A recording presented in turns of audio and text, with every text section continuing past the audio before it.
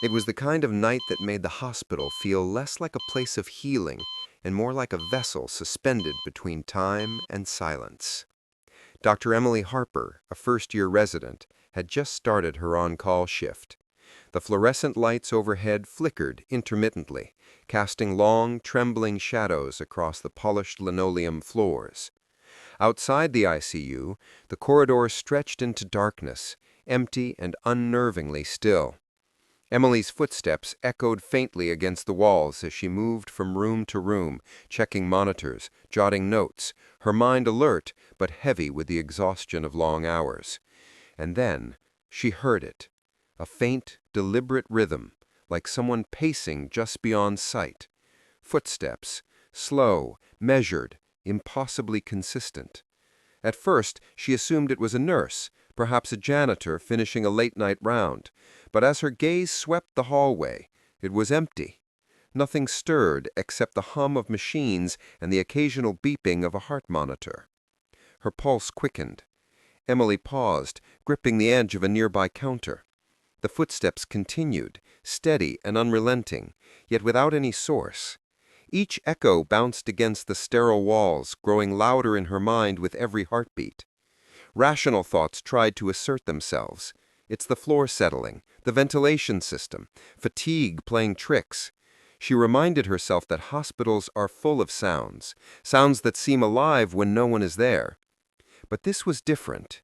It wasn't mechanical. It wasn't random. It had intention, and it was coming closer. Emily's breath hitched. She stepped cautiously into the hallway, the bright overhead lights doing little to pierce the shadows clinging to the corners. She called out softly, "Hello? Is someone there?" Silence answered her. Only the footsteps persisted, echoing, then fading, then returning, an impossible rhythm that refused to match the reality around her. Every instinct screamed to leave, to retreat to the safety of a staffed floor, but curiosity held her in place. Fear, she realized, was a strange companion in medicine. It sharpened the senses, made every shadow more vivid, every sound more distinct. The hallway seemed to stretch endlessly. Each step she took felt heavier, each breath louder. Emily's rational mind scanned the possibilities: hallucination induced by stress, sleep deprivation, an overworked nervous system. But there was a certainty she couldn't explain. Something else was present, something unseen yet undeniably there. A cold draft brushed her neck, a whisper of air in a room that should have been sealed. She stopped. The footsteps stopped. Silence fell like a blanket, thick and suffocating. Emily could feel her heart pounding in her chest, hear her own blood rushing in her ears, and then, as if drawn from the depths of the unknown, a shadow moved at the very edge of her vision, gone before she could focus. It was her first encounter. She didn't understand it, couldn't explain it, and yet she knew it was real. In that frozen moment, the hospital felt alive in a way that medicine could not describe. The walls seemed to breathe, the machines pulsed with unseen energy, and Emily felt herself caught between worlds, the tangible and the inexplicable. The footsteps had ceased, leaving her suspended in silence, staring into the black depths of the corridor. And in that silence, a question took root, chilling her more than any ghost. What exactly was she about to experience? The night stretched on, and Emily Harper remained at the threshold of fear and fascination.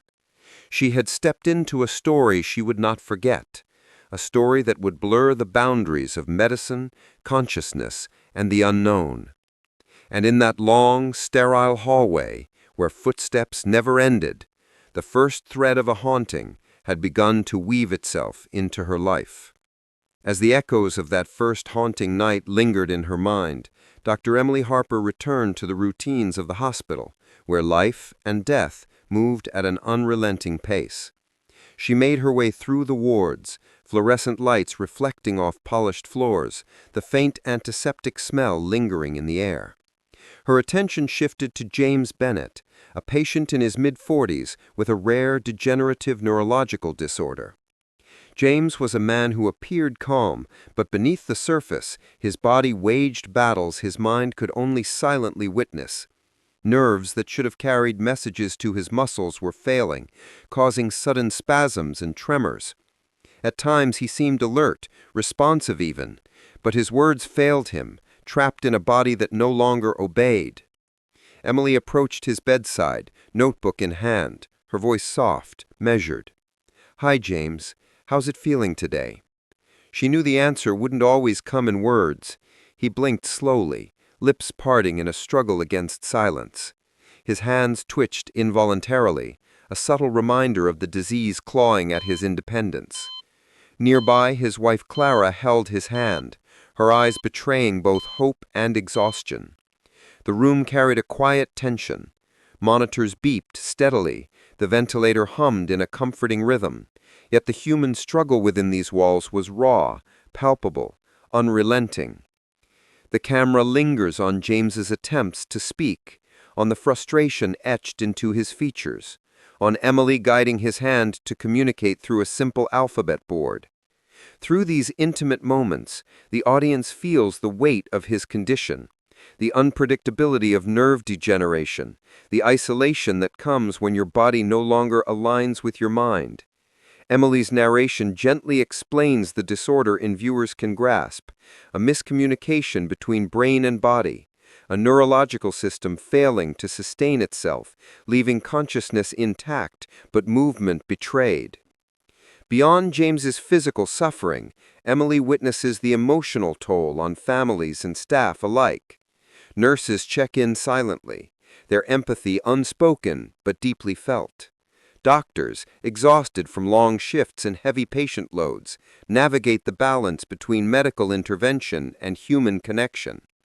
Emily herself feels the strain, realizing that prolonged exposure to illness and suffering can heighten the mind's sensitivity to the unexplainable, that fear, wonder, and the sense of something beyond are natural responses to extremes of human experience. In this quiet, fluorescent-lit room, the line between medical reality and mystery begins to blur. James's struggle is concrete, scientific, measurable, but the questions of consciousness, perception, and presence linger in the air, unexplained yet undeniable. Emily reflects inwardly on the thin veil between life and mystery, on the fragility of human existence, and the invisible threads connecting those who suffer to those who care. Every twitch, every blink, every unspoken word deepens the sense that there are dimensions of awareness medicine cannot yet fully map, that some experiences, like the footsteps in the hallway, might reside just beyond scientific comprehension. As Emily steps back into the ward corridor, the hum of machines and distant voices envelop her once again. She carries with her not only the responsibility of care, but also a growing curiosity. What lies at the intersection of human fragility and unexplained phenomena? In James Bennett, she sees the tangible and the mysterious entwined, a living testament to both the marvels and the limitations of medicine. Later that night, the hospital seemed to breathe with a rhythm all its own. Dr. Emily Harper found herself drawn back to the corridor outside the ICU, a place that had unsettled her in ways she could neither name nor deny. The air was colder here, the fluorescent lights casting elongated shadows that stretched like fingers across the floor. She walked slowly, her shoes barely making a sound against the polished linoleum. Yet somewhere in the distance, a rhythm began again. Footsteps, deliberate, measured, unrelenting. Emily froze. Her pulse jumped. She called out softly, but the silence that followed was heavier than any reply. The footsteps continued, now faster, closer, and somehow wrong. They didn't belong to a body moving in space as she knew it. The timing was off, the weight inconsistent with any human gait. Rational explanations tumbled through her mind: exhaustion, heightened stress, overactive imagination, but none fit. Every instinct told her this was something else, something she had never encountered in medical school, in her residency, in the countless hours she had spent trying to map illness and human fragility. The hallway stretched on endlessly, and Emily felt herself caught between curiosity and fear. A cold draft brushed her neck, like a whisper of air in a sealed room. She turned sharply, scanning the shadows, her hands trembling slightly. A flicker of movement at the corner of her eye, a shadow slipping along the wall, vanishing the instant she looked directly, sent a shiver down her spine. She wanted to rationalize, to ground herself in facts, but the tension in the air made the familiar strange. Every light fixture, every crack in the wall, every hum of a distant monitor seemed amplified, alive, charged with an unseen presence. Emily took a cautious step forward, her hand grazing the railing lining the wall.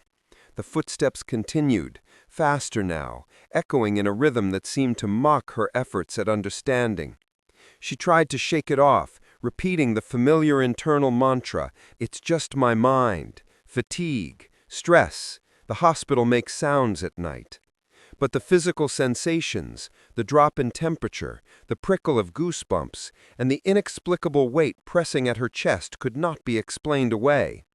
She felt the corridor closing in, narrowing with each beat of her own heart, as if the hospital itself were aware, observing, waiting.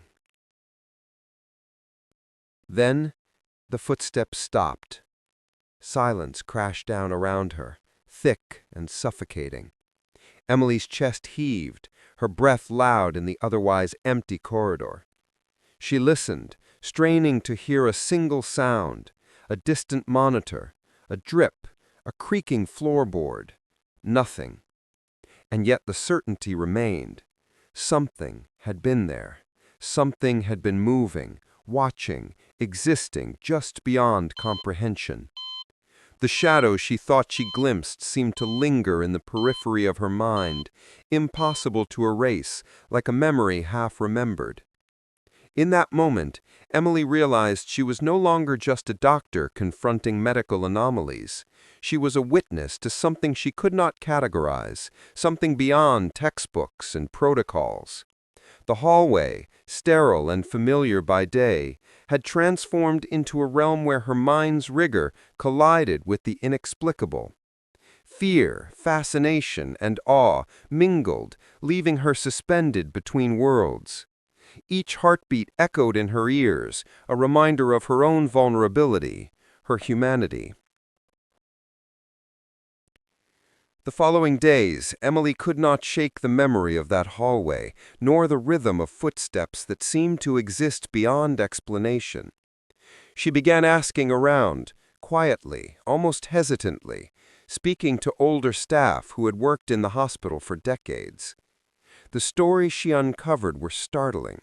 Nurses who had walked these halls late at night described the same unnerving sounds, footsteps that echoed in empty corridors, whispers that faded the moment one tried to locate their source, sudden chills in rooms that were supposed to be temperature-controlled. Some staff recounted fleeting shadows at the edges of their vision, figures that vanished the instant they turned to look. Emily listened with a mix of skepticism and intrigue, each testimony layering onto the one she had experienced herself. Archival photos lined the hospital walls, nurses in crisp uniforms from the 1970s, doctors in white coats posed beside early ICU equipment, hallways that looked remarkably similar to those she now walked. Blueprints revealed the architecture had changed little over the decades. The long, narrow corridor outside the ICU was a constant, a spine through which countless footsteps, real and imagined, had passed. In walking these corridors, Emily also reflected on the human psyche. Staff exposed to relentless suffering sometimes reported phenomena that defied scientific explanation. Hallucinations, heightened perception, a sense of presence beyond physical reality. Yet, even as she explored these medical and psychological explanations, the eerie resonance of first-hand accounts could not be ignored. The hallway, she realized, was more than architecture. It was a space layered with human experience, memory, and perhaps something beyond tangible understanding. The weight of history settled over her as she traced her steps along the familiar corridor. Every shadow, every flicker of light, every hum of a distant monitor carried echoes of those who had come before her. She felt the presence of past nurses, doctors, and patients who had walked these halls long before her arrival, leaving imprints too subtle to measure, yet undeniable in their effect.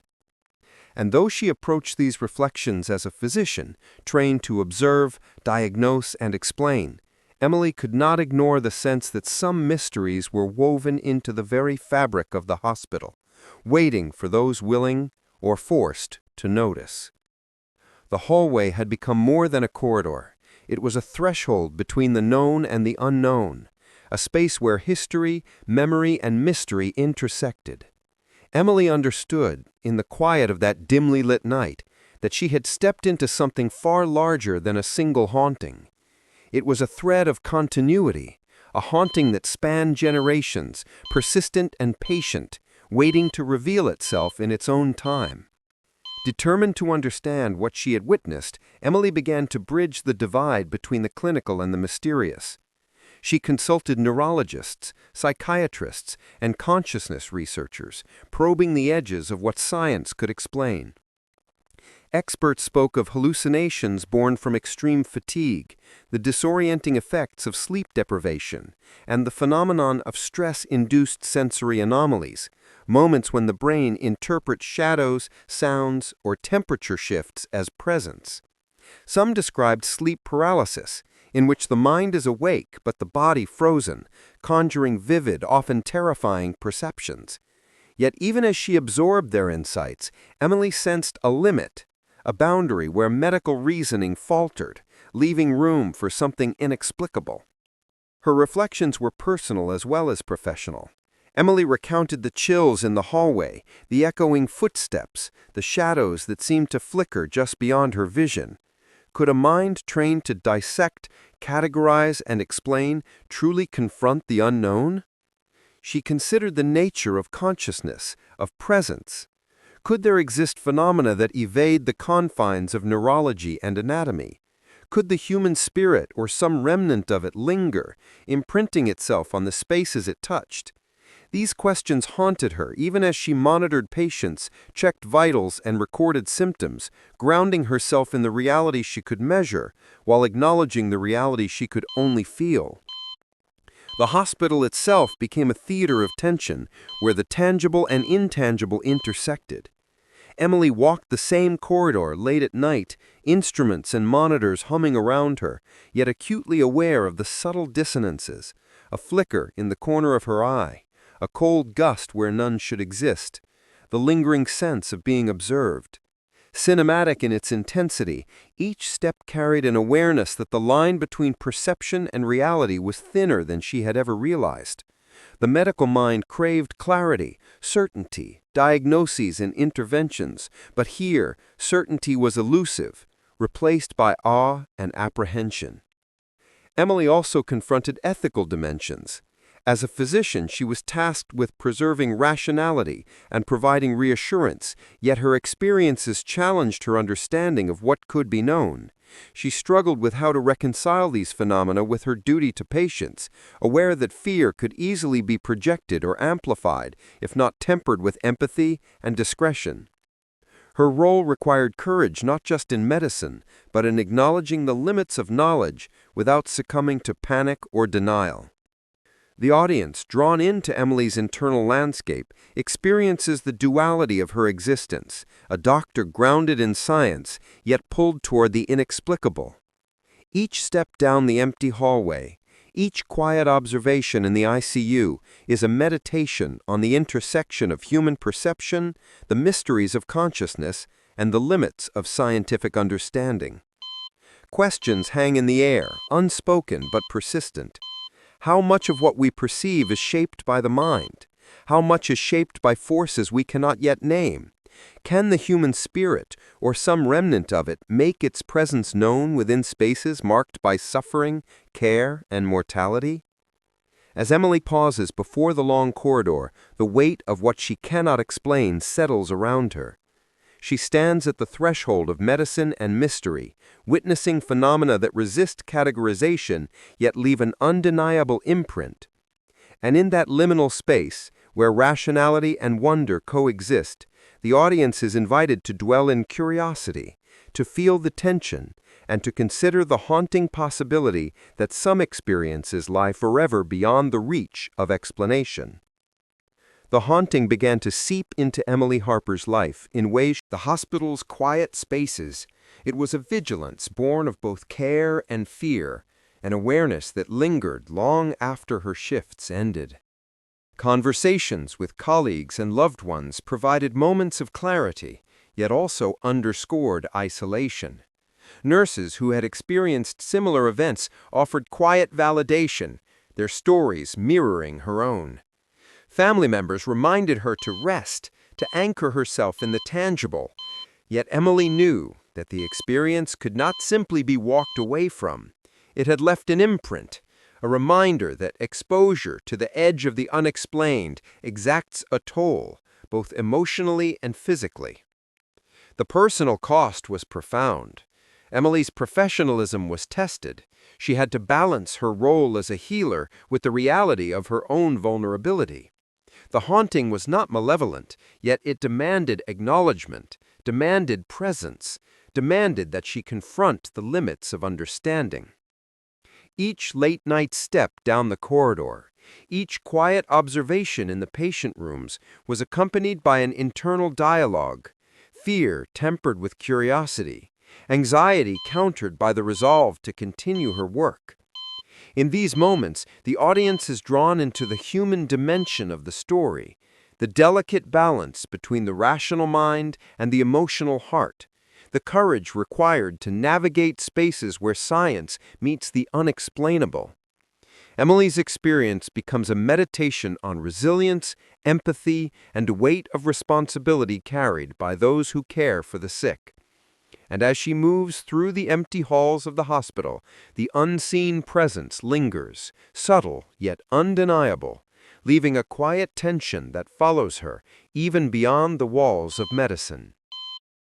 Emily Harper returned to the corridor one last time, the hospital quiet in a way that felt almost sacred. The fluorescent lights flickered faintly, shadows stretching like whispered memories across the floor. She walked slowly, deliberately, feeling the weight of the weeks behind her, the sleepless nights, the patient struggles, the unexplainable echoes that had followed her from the first haunting. Her hand brushed against the cold railing, grounding herself in the physical, while her mind remained alert to the intangible, the presence she could neither see nor measure but could undeniably feel. The footsteps returned, soft at first, hesitant, then gaining strength, echoing in a rhythm that felt both familiar and impossible. Emily stopped and listened, letting the sound wash over her, without panic, without expectation. For a fleeting moment, it was as though the corridor itself had remembered her, acknowledging her presence. And then the sound faded, dissolving into silence, leaving only the faint hum of monitors and the distant rustle of hospital activity. She exhaled, the tension in her shoulders easing slightly, yet the sense of mystery remained, thick and unshakable. In that quiet, Emily reflected on what she had learned. Medicine teaches precision, diagnosis, and treatment, yet here was a phenomenon that resisted categorization. She thought of James Bennett, of the fragile line between consciousness and corporeal limitation, of the countless patients whose experiences may lie just beyond the reach of understanding. She realized that the unseen, the unexplainable, was not an adversary to science, but a companion, a reminder of the boundaries of knowledge, the fragility of life, and the depth of human experience. The hallway, once merely a passage between rooms, had become a threshold, a space where presence lingered, history whispered, and the mind confronted its own limits. Emily felt a profound humility in that moment, an awareness that some encounters are not meant to be solved, only witnessed. She understood that the haunting had changed her, not by frightening her, but by expanding her perception, inviting her to embrace the tension between certainty and mystery, the known and the unknowable. And as she stepped back toward the ICU, the camera of the mind's eye lingering on the corridor behind her, Emily carried a quiet reverence. The footsteps had vanished, yet their echo persisted, a gentle reminder that some phenomena exist beyond explanation, yet leave an undeniable imprint. Life, death, consciousness, they intersected here, in a place measured by monitors and charts, but also marked by something immeasurable. And as the lights flickered and shadows shifted, she knew that the story of the hallway, of presence, of the unexplained, would linger in her consciousness long after the hospital's doors closed. The final image is one of contemplation, Emily's back receding down the hallway, the silence profound, the lights flickering gently, leaving viewers with an uneasy but reflective sense of wonder. Questions hang in the air, unresolved, haunting. What is known? What is unknowable? And how often do we walk past the boundaries of understanding without ever realizing it? In the end, the hallway stands as a silent witness, a space where the intersection of medicine, human fragility, and mystery remains eternal, waiting for those willing to notice, to question, and to feel.